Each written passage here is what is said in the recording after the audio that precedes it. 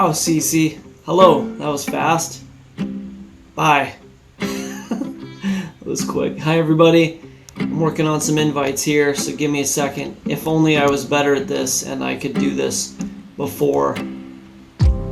Can anyone confirm whether or not I have volume? Rich, let me know if I have volume. Wow, that was cool. Great. That's great. Great, TikTok. What was that, dude? Hold on. I don't even know what that was. Wow. Hey, guys. Yeah, dude, what just happened to my thing? What is this? I'm gonna need some help. Let's see if I flip my camera. No face detected. Give me a second, you guys. I got some weird things going on here. What? Oh my god. Hey, Mom! You gotta see this. I don't know what to do. Alright. Oh, yes. Alright, well, I'm back for now. Apparently, I hit that button and that happens. So, whatever that was. Yeah, alright, guys. I'm going to keep inviting some peeps here. Let's get some people in this thing. Let's go. Sorry about that. Always, I got to have some kind of technical glitch every time, right? That's just what I do. Here we go. Jerry would like this. Did you see that, Chloe? What just happened? It was the most ridiculous thing in the world. Should we see if I can make it happen again? Let's try. You ready? Oh, no! Yeah. Okay, cool. So, that's that. Zulu, hello. Don't don't be distracted by that. I'm figuring some things out here. This is live television. It's great. We're loving it. Hey, I'm back. All right, I'm not. So apparently, if I touch the screen, it's just going to do that. So yeah, the topic is the simulation. So we're going to get to that here in just a second. I'm going to invite some more people. If you are familiar, Thursday nights, I attempt to do this with High Vibrations, a guy that I love talking about this kind of thing with because he's all over it. He's a real critical thinker. He's not a Christian, but he's a guy who I'm inviting people while I do this. He's a guy who we can all like learn from how he thinks. His motto is to believe nothing and question everything. So, if you believe nothing, and you question everything and you're honest about it, you're going to find the truth, which would be, in my opinion, God of the universe. So, all right, I'm almost done stalling here. All right, I got some more. Oh, now I can invite up to 10 people. It's so silly. I got to figure out a way to do this before I go on. That's just all there is to it. All right, that's Kyle's. Okay. Let me try turning off notifications. Let me know if you guys can still hear me. Can you hear me? 15 people. Yeah, it's 15, and then I go to invite 15, and it's 10. So everybody don't bail on me. I'll answer this first question here. Carissa, what do I think about the 6-1 UFO release? I think the timing is impeccable. Like, with everything going on in the world, why not now, right? Throw another shrimp on the barbie! We don't have enough problems. Like, we've got pandemic and global collapse and and hyperinflation and plywood's $80 a sheet and Israel's fighting and UFOs now. Hi, Zulu. Another distraction. Yeah, my motto is deny everything and make counter accusations. That's good. Do you guys know Instructor Zulu here? Thank you so much, Ellis, for being here. Him and I did an interview for my podcast that's up on YouTube. He is a teacher who was speaking out against the leftist takeover of education, and he was on TikTok, and he was doing things like showing how what he calls the educrats are trying to stop parents from even homeschooling. And he was releasing this information, and they strong-armed him into resigning because they didn't want him in there. So him and I did an interview about it, and he is bright, like absolutely an intellectual ninja. So I've seen a 2-hour YouTube on it, yeah. So I'm going to have him again if actually I want to do a duet, Zulu. Yeah, so Jackery, we did the first one, and then Zulu. And I've heard from many people that I overtalked him the entire time, and it was a travesty that I did that, which isn't a surprise. See, he's writing, so I want to publicly apologize to you, Mr. Reyes, for talking over you. I was just so excited about having this reciprocal dialogue, and I overtook it, so I apologize. And if we do this again, I will try not to talk. Yeah, and Carissa, I mean, I get on this thing and talk for an hour and a half, and I even interrupt myself. So if that makes you feel better, Ellis, I interrupt myself all the time. So let's see. One of my former students contacted me yesterday about being compelled to do essays according to the teacher's point of view. Wow. And what's the teacher's point of view? I can only imagine what it is. So, yeah, Ellis, let's do one of these on here. I've got a really nice core group of followers that engage and interact and are bright. A lot of them Christians, and all of them critically minded. I've got some young health people to get on. I've got Rich Flood in here. He studies Wim Hof and his reversing autoimmune conditions with meditation and diet and things, breathing. Chris is an end times eschatologist. Nicole. Chloe, will you please invite Nicole? I tried to, but I got cut out on that. So she'll be bummed if we didn't invite her. Okay. So this isn't going to be that standard talk. I've been setting it up as this, and the plan is once Kai's able to fully commit, you can't spell commit with a K. He's got a job. He travels the country and does contract work, and he's in and out of hotels all the time. And he's texting me that basically all the hotels in Northern Carolina are sold out, and he literally can't do the thing. He's in a car with a bunch of guys, and the cell phone service is spotty. So he's trying desperately to get to a hotel and get on. And if he can, we're going to continue the discussion. If not, I'm going to have the discussion without him because I think it's brilliant. I don't think I'm brilliant. The discussion, the conversation is brilliant. Ellis and I talked about it. I think there's a good chance we're in something that is best described with our technology as a simulation, a algorithm, a numbers-based, information-based reality, hence the background. That doesn't contradict in any way the Genesis account, at least in my opinion. I think it takes a little bit of a liberal interpretation and kind of modernizing it, but it says that, I think it's in John, in the beginning was the Word, and the Word was with God, and the Word was God, and everything that was made by the Word, right? So the Word of God made everything. Well, Yeshua, Jesus, is the Word of God, so it was made through him. The Word is this living document that's updating in real time. And if it was actually made by the Word, that's letters, right? Letters and numbers. And I've got in my movie, the operating system, which at one point we'll cover on this. Hopefully, this is why this is like we can do this. Him and I can do 2 hours a week. And that would be all we would need to do because there's so much to cover. My documentary is 2 hours, but when I do it live, it's like 10. And that's with me trying not to talk. If he comes in half the time, he's bright too. He got here by just being critically minded, sharp, above and out of the box kind of thinker. So what I'm going to do here is try and find, while I talk to you, a specific video relating to the Word of God creating this reality. And what it is it's the Hebrew tradition of what that means. So there's multiple levels to this, okay?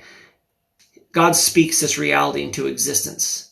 That's really interesting. If you've researched cymatics, which Kai is big into, it's the idea that that frequencies can take shape. If you've ever seen a YouTube video of cymatics, which I guess I'll do first, basically what happens is they put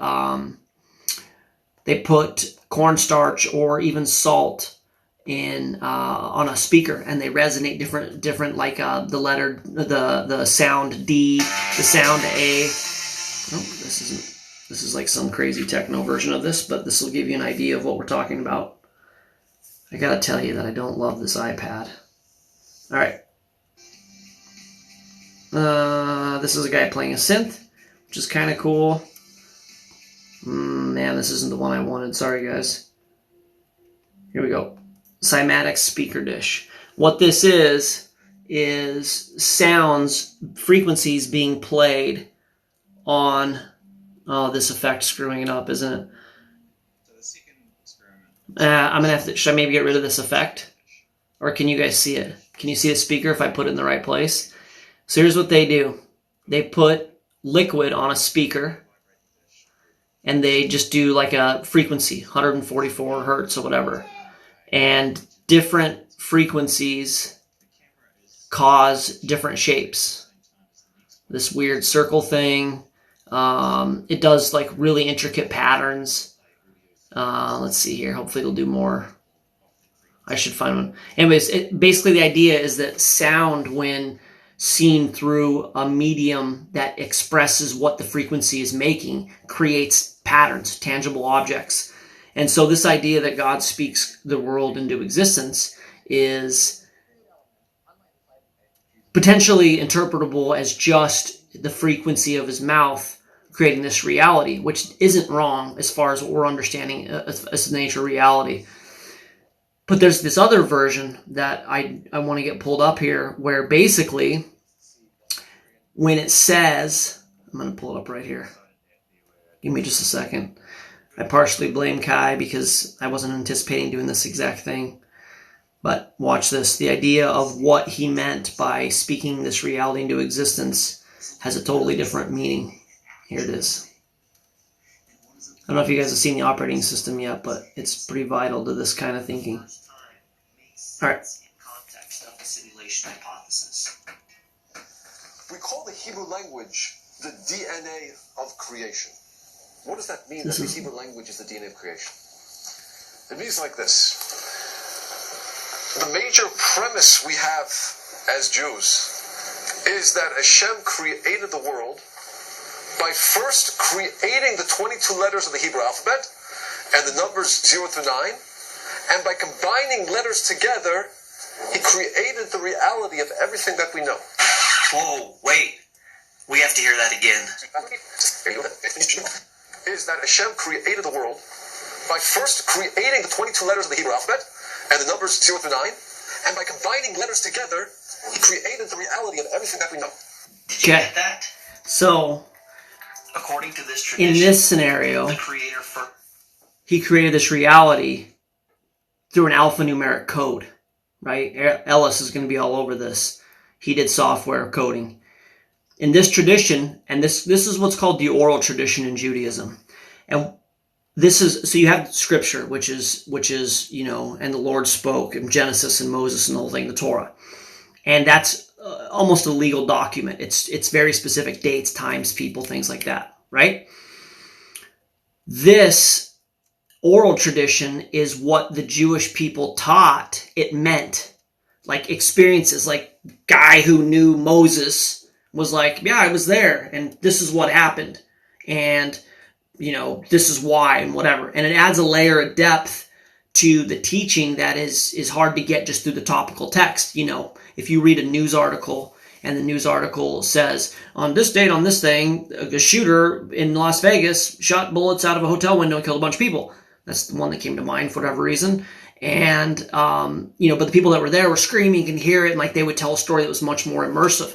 So the oral tradition has spawned this whole other interpretation of scripture. And you need to be very careful if you research it, because you quickly end up in an area of study called Kabbalism, or it relates to the Kabbalah, and it ends up being the occult teaching. And it's really what Freemasons adhere to, this Enochian teaching, and it gets a little bit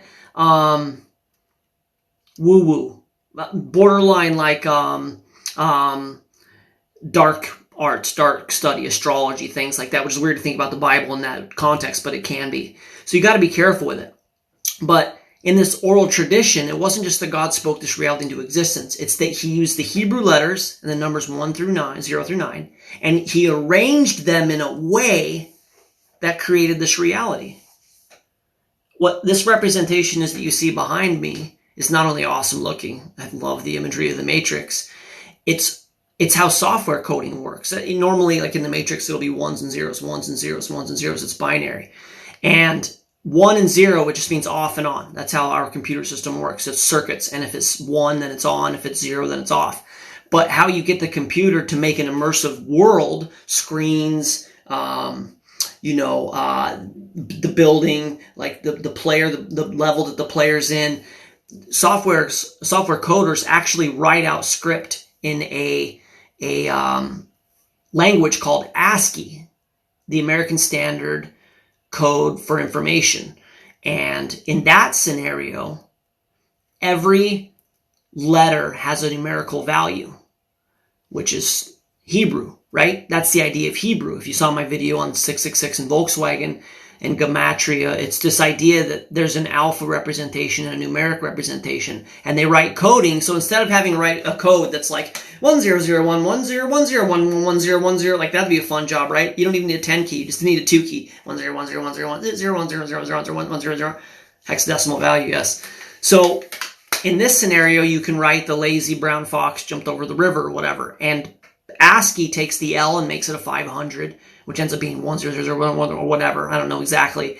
But you can write out script. This is what computer coders do. And the script then, translated through the circuits of the 1s and 0, create the immersive realities that we're in. So, in the beginning was the Word, and the Word was with God. And the Word was God, and everything that was made by the Word. And remember what this rabbi just said, which is basically the Jews teach, the oral tradition is that when God spoke this reality into existence, he used the Hebrew alphabet and the numbers 0 through 9. So is it possible that a script created this reality if we're in a simulation? And if so, I postulate that maybe it's the Torah. And that's what Kai and I are going to really get into. He watched my documentary, and as a critical thinker, he really got into it. And as far as I know, nobody else is talking about this idea. Is it accurate? I don't know. It was downloaded to me, if we can call it that, and it's pretty hard to disprove, especially when, I'll give a little spoiler. I'm not just going to show my whole movie, The Operating System, but I want you to listen to this Kabbalist Jew teach about what they teach about reality. Relatively small reality. Okay. Among different other existing forms. If not in matter, then in potential. If not in potential, then like in the brain or in computers. He's talking about the Torah. That we're a kind of an expression of a certain program. That the whole of reality is a program. In short, there's much to say about it, and much will be said about it in the future. But according to the wisdom of Kabbalah, which is my profession, on behalf of which I can speak, the Torah, it's called the general program for operating the whole of reality. The Torah, it's called the general program for operating the whole of reality. This understanding. Okay, so that's a little bit of like a punchline towards the end of my documentary, but the Kabbalist Jews have been teaching this for hundreds of years. Hundreds of years. They don't know what that meant. How could they have possibly known 300, 600 years ago that the Torah is the operating system, it's the source code that generates this reality? Right? Like, when I found that, I had a really weird experience with making this documentary, because I was just managing golf courses, and I like to rant and talk to people about conspiracy and God and stuff, but this thing was downloaded to me. I was researching the Bible code and the simulation hypothesis at the same time, and just it fit together so well. I called my wife and I said, I have this idea, and I tried to explain it to her, and she's like, what is that? I don't even get what you're saying. What a weird concept. And as I started researching this whole thing, I typed in Google Torah operating system. There's a t-shirt that some Kabbalist Jew made that says the Torah is the operating system, right? So I'm not saying that we're in a video game and that the software coding is the Torah. But I'm not saying that it's not. It's a possibility. And the Bible code, which I have here, is another one of my evidences. And basically, it's a code in Scripture that the rabbi, I always forget his name. Oh, the Vilna Gaon. A guy named the Vilna Gaon. He used to teach in the 1300s that everything that's ever happened, everything that ever will be and has been, is encoded in the Torah. Newton believed this. Isaac Newton, people thought he went kind of off the rails at the end of his life. All of his writings is just Hebrew and numbers, and he just sat around and tried to figure out this code. He said the Torah, Newton said that everything, that the entire universe is encoded in the Torah. You don't believe me? I sense over the digital airwaves that you don't believe this idea. So I'm going to Google it and see what happens. And it's going to be really embarrassing when Google's like, what? What are you talking about? All right. This is off the cuff, so I apologize. But let's see what happens here. Newton, universe, coded in Torah. Let's just see what happens here.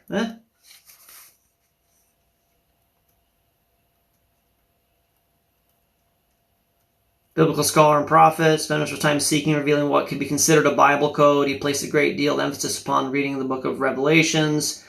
Anyways, what I have to try and find this thing, but it's just this idea that people have been teaching something in this vein for hundreds of years, thousands of years potentially. And of all the things, like when I try and convince people, when I defend God and the idea of God having created this universe, and I say there's a 51, in my opinion, with the aggregation of data that I've put together, we got a 51-49 shot here that we could prove that God of the Bible created this reality. But none the least of which of these evidences is that he could have said, I cobbled the earth together with a stone hammer and liquid nails. And we'd all been like, wow. Nice story, bro. What's that mean? Cool story, bro. But no, he's like, I created this reality with my voice. I spoke it into existence. Like it's real easy to have said something there to disqualify him as God, right? Right there. He could have said something about the nature of this reality that just was bullocks. And you're like, yeah, that's a nice story written by man. But instead he says this profound thing that's withstood the test of time and generations and millennia. And then it's validated with things like in the beginning was the Word, and the Word created this reality. And then it's validated by things like Yeshua, Jesus, saying, verily I say unto you, which means I'm not kidding. If you believed it enough, not Christians, not Jews, the user, the individual, if you believe enough, you could unroot that mountain from its foundation and it would fly into a body of water. What a wild thing to say. Maybe he was speaking metaphorically. Maybe he's not. I got a good friend who, when I was talking to this about him, he's Romanian, very strict Romanian accent. And he said, Jesus came to teach us quantum physics. Right? How cool is that idea? Jesus wasn't just saying, oh, everybody be positive. Yeah, if you stay positive, you can be fine. You're going to be, faith is, very good. Faith decides, and that's just a little bit. Like, if you just kind of believe it. And one of the things I loved about The Matrix, a few of us are old enough here to remember when The Matrix came out. it was just the marketing campaign. The campaign was, what is the Matrix? What is, and nobody knew. It was like this big, like, what, I want to know what it is. And you're in there and you're like, wow, we're in a video game. And Neo doesn't believe it, right? He's a chosen one. He doesn't believe he's in a video game. And he goes through all of these progressions and these steps, the standard like hero journey, whatever that is in literature. And, one of the memorable scenes is he tries to jump over the building and he falls down and he should die, but he doesn't. He just gets absorbed by the video game. And all the characters that he's with, they're like, he should have made it. He's the chosen one. And Morphe says, nobody makes it the first time. Because the guy didn't believe that. Like, verily, Jesus said unto Neo, if you had faith enough, you could jump that building, right? It's the same premise. And if you remember, as the movie progresses and he's gaining confidence, it ends in this scenario where he's able to stop bullets. And, is that a thing that you could say that would be applicable to what Jesus was saying with that? Maybe, so it's just, it doesn't, the Christians that are in here, be careful to not be dogmatic. And if somebody says simulation, they're always going to say aliens or evolved humans. Like, it pisses me off so much. They're always going to say, like, even Neil deGrasse Tyson was like, I love the simulation because I always knew there was no way there was a God, but this is great because it's not that there was a God, it's just that evolution happened and we evolved to such an advanced state that somewhere at some point in reality, we had the ability, the technology to create this, making us gods, which was the idea of that, the movie with the one, Matthew McConaughey. What movie was that? Interstellar. And if you remember, it was Future Us, right? The coding was from Future Us. So that's what these people always do. They interpret it to fit their worldview. They can't say God, can't say designer. They can say aliens or future humans. Well, what if it was God? And what if God hinted at it throughout the whole Bible? And what if the simulation that we're in, not to like spoiler alert you here, but what if the simulation that we're in is a free will simulation to see what you're going to do with your life? And that the rules are basically, find God, don't have any other gods, be good to one another, rest on the Sabbath, real basic things. And those are some of the criteria by which, when the game's over, you're judged by your metrics. It's a possibility. So I would say that and we're going to get way more into this every week. I would say that if somebody says that we're in a simulation, instead of going dogmatically, like, nope, doesn't say that in the Bible, it might say that in the Bible. We might be in a reality that's like that. And you know what I love about this? I had this discussion with an 80-year-old man today. Ellis said it on our interview as well. If we're in a simulation, somebody made it, right? Simulations don't just happen. So I don't want to start the church of the simulation. Really, I don't want to. But I want to put God's flag and intelligent design in it because I think that that's kind of where it goes. Now, what you're going to get... Hi, Amanda, thanks for joining us. I just want us to be prepared. We have to be able to defend the creator. And this is one that, look, Elon Musk just came out and said it not that long ago. He said that the chances that this is base reality are 1 in billions. Now that thinking is this. That thinking is, they follow Moore's law of technologic advancement. Moore's law says that every 2 years, the size of the processors reduces in half and the ability to store memory doubles. And that's apparently the only limiter we really have to face with computer programming, time and memory, which is interesting. It's like this fractal, like that. It's funny that we're made in God's image, and if we're made in God's image and we're really fired up about video games, that would make sense if we're in a video game already. But with Moore's law, it would stand to reason that given enough time, we will have the technology to create a simulation. And then the argument from Elon Musk's standpoint is that if we know it empirically that we would get there, because we're way... Think about 1977 when Philip K. Dick was the first person to ever say this. We're much further along technologically to where you could show someone a simulation and maybe people would think that it's a real thing. Matter of fact, I postulate, as a matter of fact, that when Einstein was trying to reconcile the theory of relativity with quantum physics, it was he called it the unified field theory. Somebody correct me on that. Unified theory of something, whatever. He was trying to unify the two, right? Oh, A10, I want to get into that. And he couldn't get them to work. He couldn't figure out that space-time, how it worked with quantum physics, which, by the way, if you saw my article here last night, Space Magazine is basically saying it's time to punt on the theory of relativity. It's probably not right. So, but I think if Einstein, as he was trying to figure this out, he could have not, there's no way he could have imagined a 3D immersive world that people could be playing all around the world at the same time, routed in through the internet, and you shoot a guy, and the guy in Zimbabwe dies or whatever, and like if he could have understood, yeah, that character was in Zimbabwe, I think he would have said Eureka, and he would have said, this is what it is, this is what we're in. Okay, so let's get back. I'm gonna do some thread answers here, guys. Sorry for not getting to these sooner. Talking about who runs the world. I haven't, Amanda. Quantum physics says space, time, and energy are all the same thing. Yes, they are. Hello, Rich. Okay, so a really cool thing that A10 said here is that the most compact data storage design is DNA. And if you guys don't know that, it's data. It's literally high-tech, unimaginable data storage. It stores it in multiple dimensions, meaning like in a line, so lengthwise, stacked in multiple levels. What they thought was junk DNA was just they didn't know you had to fold the DNA like an origami, and it was also more information, which I really think is how the Torah code probably works, or I really believe that's how the Torah code works.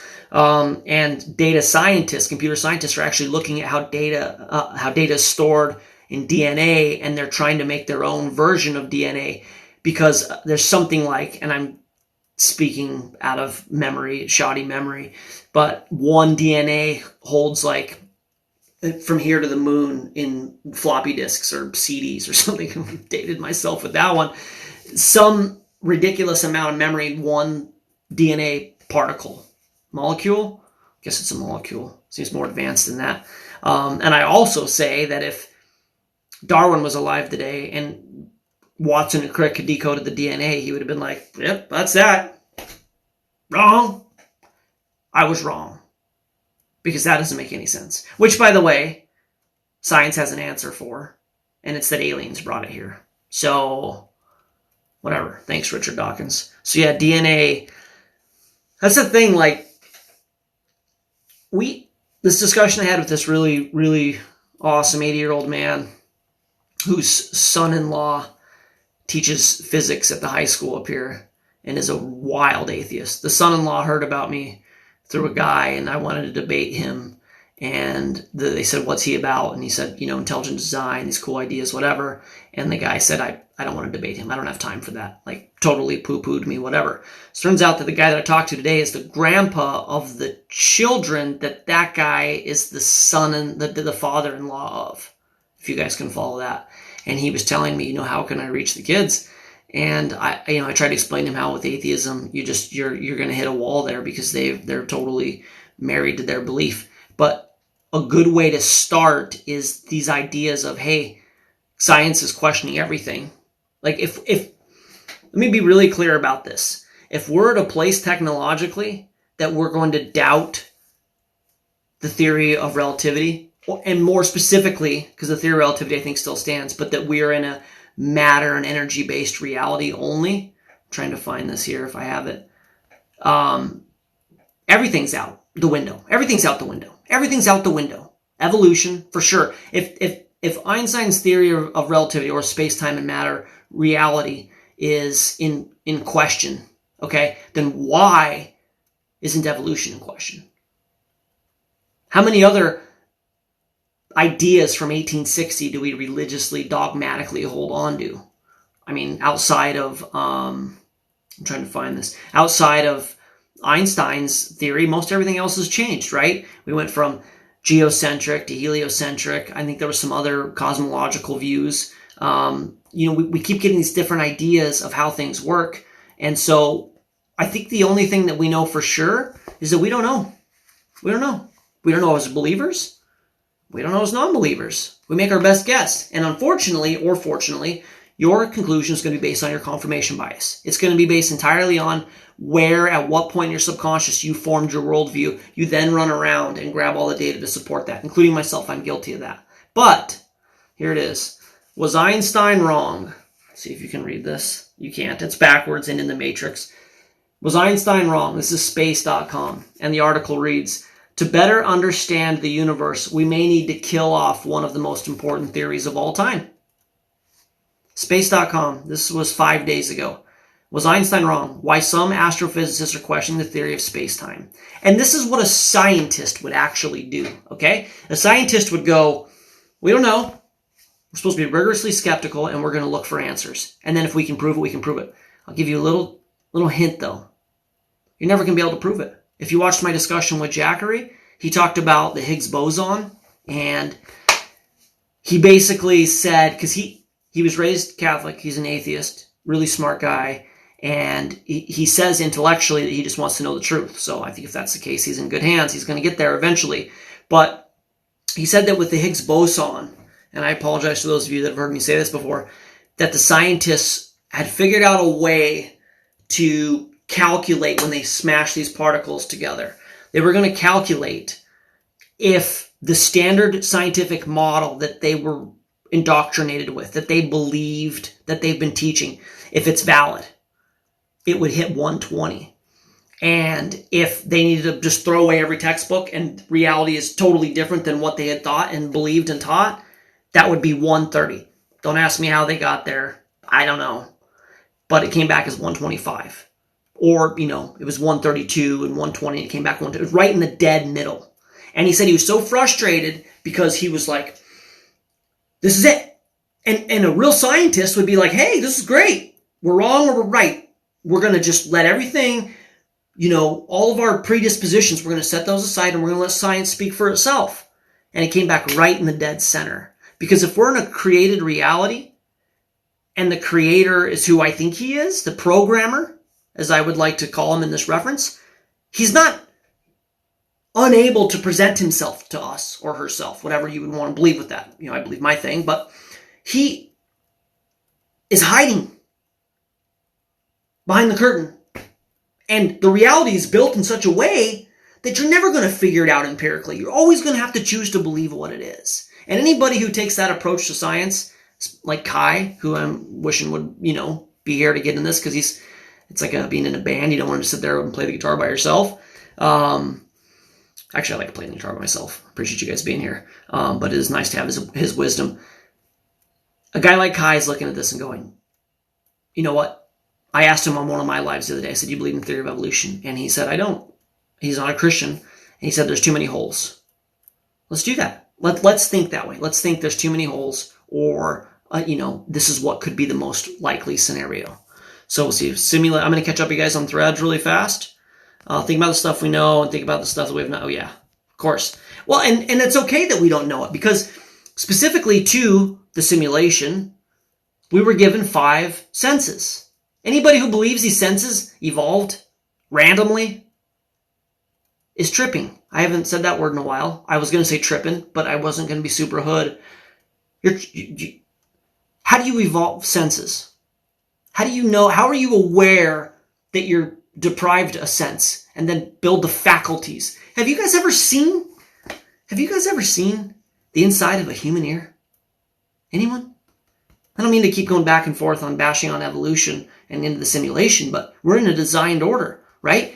The ability to perceive things sensory are very complicated systems that don't just happen out of nowhere. And if you believe that they started with one generation and then continued with another generation and then with another generation, and then it's like eventually the precursor to the eye met the eyeball and now you can see in perfect high def with perfect zooming or whatever, fine. Believe that. But it's not science. That's not science.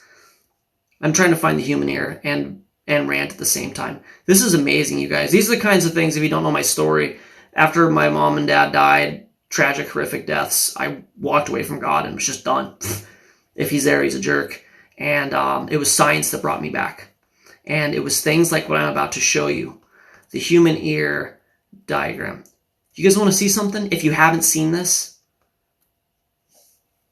And then I want us to do a thought experiment. Thought experiments are very effective, okay? If you guys weren't trying to figure something out, you play it out in your mind. And your mind makes it real anyways, right? There's a line from The Matrix. I want you to imagine the evolutionary process by which this came in. Catch, ninja. This, oh no. Well, it doesn't matter. Any of these work. They're all amazing. This came into being, okay? If you can see it through the ones and zeros. Look at this alien thing.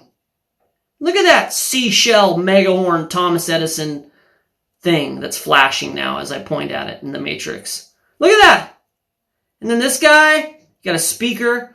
I don't know if you guys know how they work, but a speaker and headphones and microphone are the same thing. It's a screen that absorbs the sound and translates it. And you've got a speaker here, which is also a microphone, sending the information to your brain, right? Somebody designed that. Something designed that. This is actually the next thing I want to get to. Check out this idea. If we're in a video game, if we're in a simulation, the simulation doesn't have to create the universe, whatever the players would be involved in if the player isn't there. It's called rendering, okay? If you remember the old story or the old thought experiment, if a tree falls in the wood and no one's there to hear it, does it make a sound? Well, when I was young, I was like, of course it makes a sound, because I was young and I just didn't realize how naive I was at the time. It's a good question, because if you were in a video game and the tree fell out in the distance off of the screen, it wouldn't even exist. With video games, the reality that you're in is only a potentiality. It exists as a potentiality coded by the programmers, and when the user interacts with it, it goes from this non-determined etherical state of potentiality and forms into the rendered reality that the user's in. And this could explain why quantum physics says that the user creates the outcome, that the particles, the matter that makes up this universe, is actually designed, listening, waiting for you, and you as the user, as you go just outside of your peripheral, the reality is fabricating itself. Is that Occam's razor? No, not at all. But is it a possibility? Yeah. So the answer to if a tree falls in the wood and doesn't make a sound, and no one's there to see it, whatever, the answer would be the tree doesn't exist except for in a state of potentiality until the user interacts with it, right? Well, how deep does that go? Space. Everybody says space is huge. It's infinite. There's got to be aliens. Okay, well, that presupposes that life comes out of non-life. I disagree with that strongly. I think the Miller-Urey experiment was basically fraudulent and has been debunked. So why is the universe so big? Well, if we're in the Truman Show and you hit the end of the universe, Truman ran his boat into the end of the thing, right? He smashed his boat through it, and that was it. End of the game. He won, and he got out of there. So if you're not going to get out of this because the programmer of this reality is smarter than Christoph in the Truman Show, the universe is going to have to be as big and far as we'll ever see. And is it possible that it is getting longer, bigger, more involved, the more we're able to interact with that? You know, what if there wasn't particularly a universe past eye shot? What if 200 years ago, 500 years ago, before we really had depending on I don't know how long, who knows what the technology they had before the flood was, could have been way better than what we have now, who knows? But before we had these telescopes, maybe the universe just ended. And here's what I want to talk about next. Well, actually, I want to get into flat Earth in a second. I think it's really important. But with the ear, was it that complicated before? We know how many tree rings there are, right? When we cut open a tree. If you look at a tree and it's available aesthetically, topically, cosmetically, but you're not interacting with it, Is there tree rings in there? Who knows? They say the moon's made of cheese. They kiddingly say that. The moon might be hollow. The moon might be whatever. Might be a hollow. I don't know. We don't know. But what we know is it's more complicated than we were led to believe. And we know right now, if you could throw away all dogma, all of your programming, which is basically impossible, because everybody in this room was young, absorbing the world in a hypnotic state. Their brainwaves were operating in theta, which is how you hear the thing that kids don't care what you say, they care what you do, and they're watching you and mimicking you. Their brain is literally in a state of deep hypnotic learning. Always. Everything they perceive, they're learning how to act socially, how gravity works, wounds, whatever, breathing air, like the animals. You're just interacting and you're learning. Well, at that point in your life, you ask some questions like, what is this reality that we're in? And you were fed a line. You were fed a line by an establishment that didn't know, but wanted you to think that they knew. I mean, that's one way to keep your credibility. If you go, yeah, I know this thing, try and disprove me. You can't. Well, I know more than you. Trust me. Trust the science, right? So you've got this reality that's really complicated. I was born in 77, so figure 84. I was like, hey, what is this place? And they were like, Darwin, dinosaurs, 38 billion years ago, Big Bang. That's what it is. I'm like, oh, I bet you know that. You know why I bet you know? Because you're way taller than me. You gotta know. Look at this. Look how tall you are. You could drive a car. You know. I thought they knew. And at that point, in the beta blocks of my foundation, my subconscious formation, I believed that. As a matter of fact, and I've said this before on this, if you could put me in a hypnotic state and ask me how long ago the dinosaurs were here, I would probably say 30 million years. Even though they've found soft tissue in dinosaur bones, that's 30,000 years old from a carbon dating standpoint. What's funny is that science goes, hey, the carbon dating's contaminated. Carbon dating doesn't work. It only works how they want it to work, right? They use carbon dating is this great, I'm going to use this word again, amorphous, malleable, interpretable thing. And you could just say, well, it's damaged. It's this carbon. There wasn't enough carbon. Bleh. But we know. Bleh. I got into this debate with an atheist, a guy named Professor Dave on YouTube. He's got a couple 100,000 followers. And I really pissed him off with some comments that I had. And he said something about, we know this because of the uranium decay rate. And we know it to within fractions of minutes or seconds or whatever. And it's 48 zillion billion years old. And I'm trying to ask him, how do you know this? Like, what happens in this amount of time? And he gives me all these lines, whatever. And it's just to think that we can sit on this earth, which, no matter what you believe, like real standard authority narrative, official narrative, or intelligent design, we're a little teeny speck in this grand universe at this point in time. And we forensically are going to piece together how the universe came to be and how the earth came to be. What they find a scroll? Maybe Dora. Hey, you're going to find out we've dated the rocks. How do you know what anything was before you started measuring this? You don't know? How do you know? You just don't know. And this idea that we're in a programmed reality is the most compelling. It's the closest thing to reconciling these fields, okay? Quantum physics, astrophysics, cosmology, cosmogony, the actual beginning of DNA, the observer affecting the outcome, quantum field theory. All of these different things are potentially reconcilable with this one theory. You can't do that with philosophical materialism, secular humanism. You can't do that with any of those. Those have to be punted, and there is a day coming. Well, there would be a day coming if we weren't at the end of the world, probably. But there would be a day coming on the trajectory that we're going, where this information would no longer be suppressed, and the truth is just screaming. Its voice has to be heard, and it's coming through the fabric of this reality. We are in a designed order.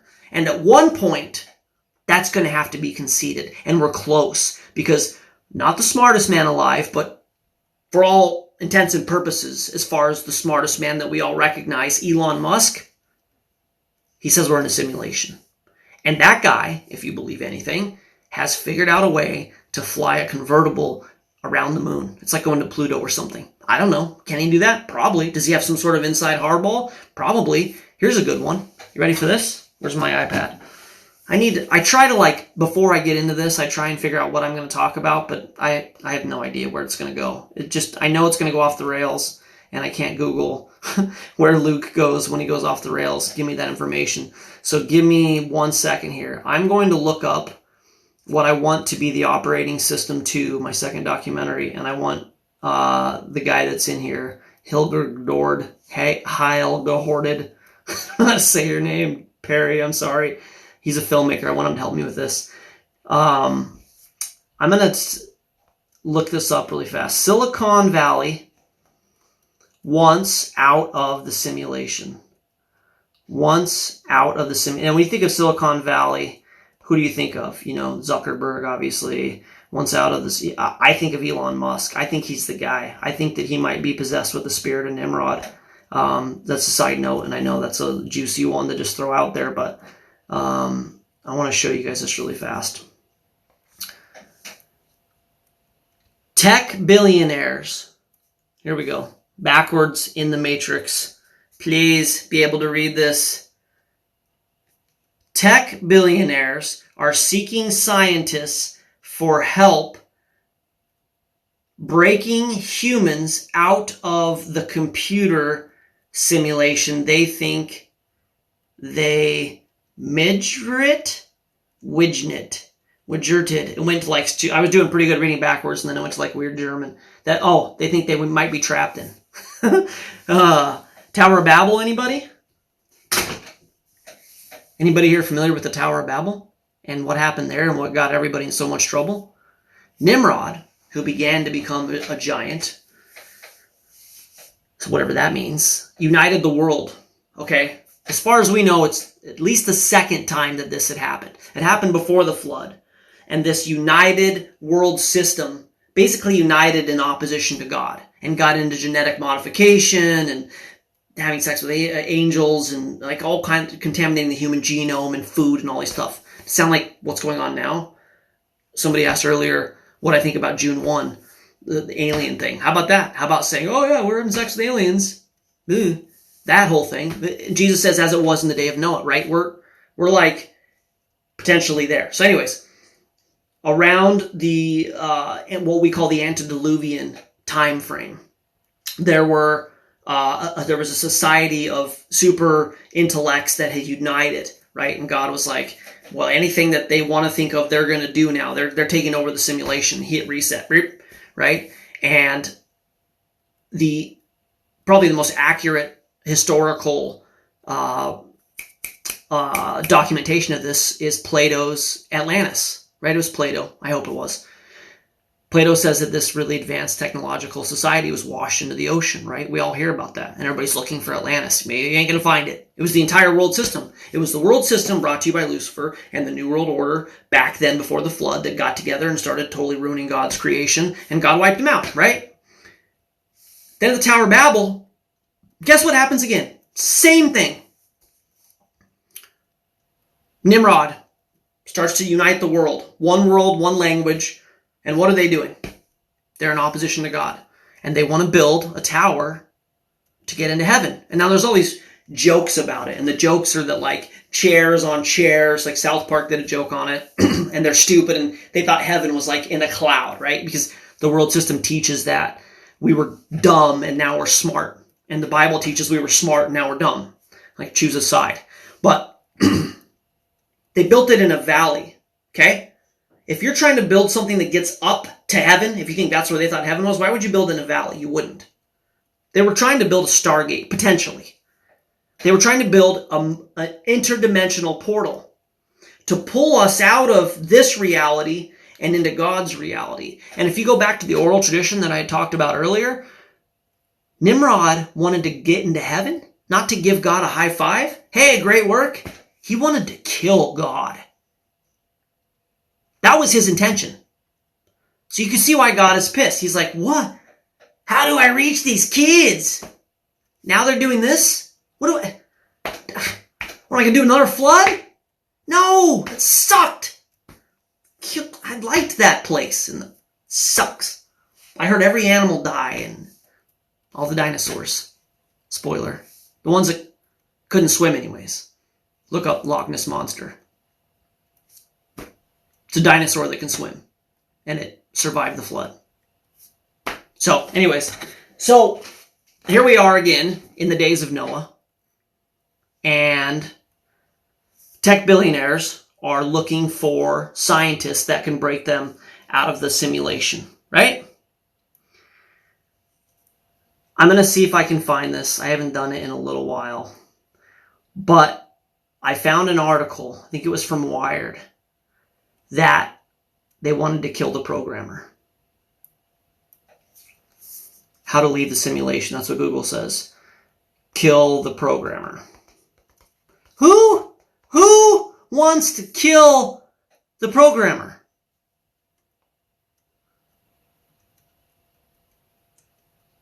AI simulation, case to kill a robot. It was the same article. Look at that. That was a waste of time. Anyways, I'll find it here in a minute. But it's the same story again.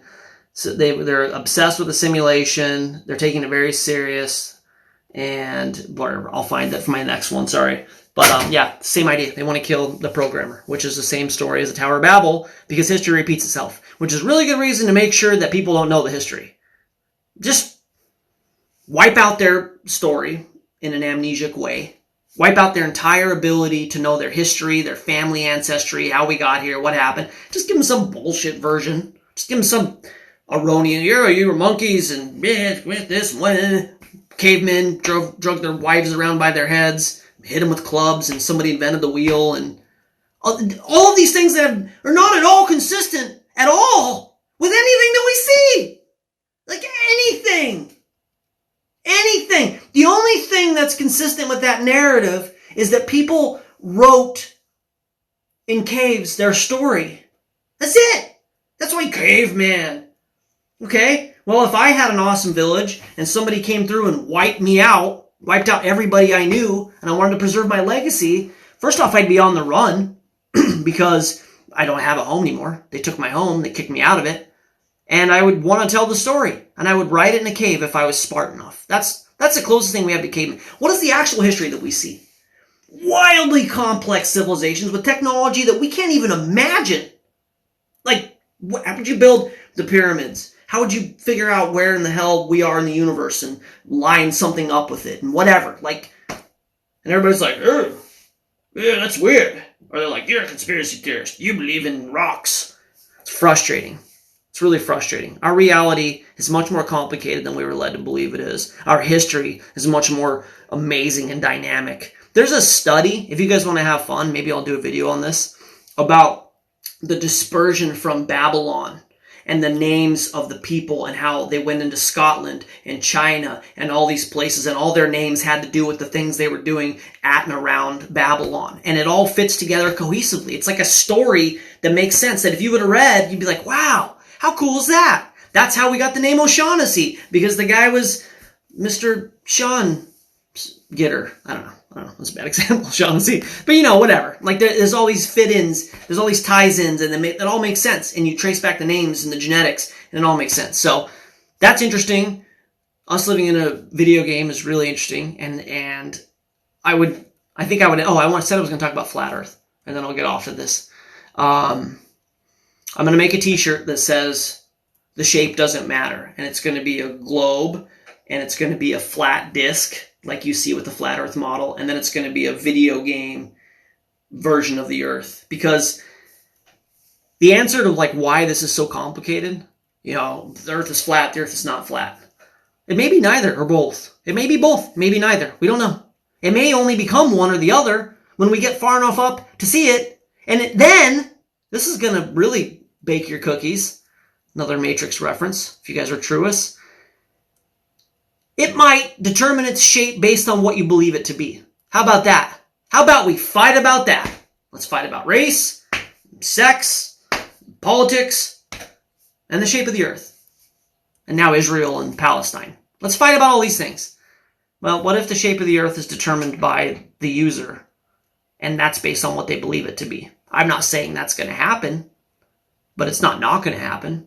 And until and Kai and I are on the same page with this, until I get on a rocket and I fly my happy white butt out there and I look down and I see it, I'm not going to know. And even then I might just say, yeah, it looked like a globe to me.